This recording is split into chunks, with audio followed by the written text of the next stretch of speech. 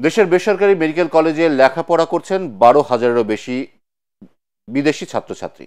নিজস্ব অর্থায়নে বাংলাদেশে পড়তে আসা শিক্ষার্থীদের মধ্যে সবচেয়ে বেশি ভারত, নেপাল ও ভুটানের। আন্তর্জাতিক মানের শিক্ষা কারিকুলামের কারণে ঝোঁক বাড়লেও 5 বছরের এমবিবিএস পড়তে খরচ প্রায় অর্ধ কোটি টাকা। খরচ কমানো এবং আন্তর্জাতিক স্বীকৃতি পাওয়া গেলে মেডিকেল শিক্ষার্থীর সংখ্যা আরও বাড়বে বলে মনে করেন সংশ্লিষ্টরা। বেসরকারি মেডিকেল কলেজ হাসপাতাল নিয়ে ইমদাদুল্লাহ বাবুর ধারাবাহিক প্রতিবেদনের শেষ পর্ব। ছবি তুলেছেন একরামুল হক পাপন। বিদেশি শিক্ষার্থীদের কাছে চিকিৎসা শিক্ষার জন্য বাংলাদেশের বেসরকারি মেডিকেল কলেজগুলো এখন অন্যতম গন্তব্য। প্রতি বছর ভারত, নেপাল, পাকিস্তান এবং ভুটান সহ বিভিন্ন দেশ থেকে অন্তত 2,000 শিক্ষার্থী আসেন এখানে পড়তে।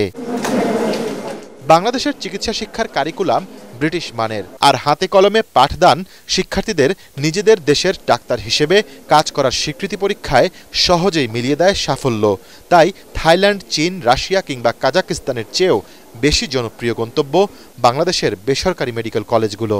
स्टडी वाइज एखाने उन्हें भालो इधर का स्टडी वाइज बहुत अच्छा ही है एवरीथिंग। इंडिया में उनके पास बस 2 टर्म्स होते हैं, उसके बाद डायरेक्टली प्रोफेशनल एग्जाम, बट यहाँ पे हमारा रेगुलर बेसिस पे वाइवा चलता है, रिटन एग्जाम्स होते हैं, तो उस वजह से हम प्रिपेयर हो जाते हैं हमारे प्रोफेशनल एग्जाम के लिए। কিন্তু বাংলাদেশে 5 বছরের এমবিবিএস কোর্স করতে শিক্ষার্থীদের ব্যয় করতে হচ্ছে 55 থেকে 65 লাখ টাকা।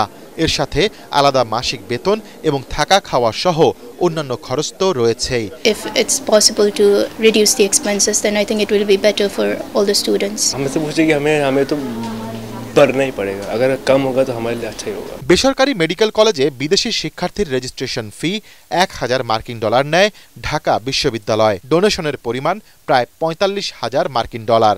এর ওপর করও নেয় সরকার। সে হিসেবে হাজার হাজার কোটি বৈদেশিক মুদ্রা অর্জনের সুযোগ রয়েছে এখানে। কিন্তু অতিরিক্ত ফি এসব দেশে বাংলাদেশের বেসরকারি মেডিকেল কলেজ নিয়ে প্রচারণা না থাকা এবং ওয়ার্ল্ড ফেডারেশন ফর মেডিকেল এডুকেশনের স্বীকৃতি অর্জন করতে না পারায় পিছিয়ে পড়ছে বাংলাদেশ।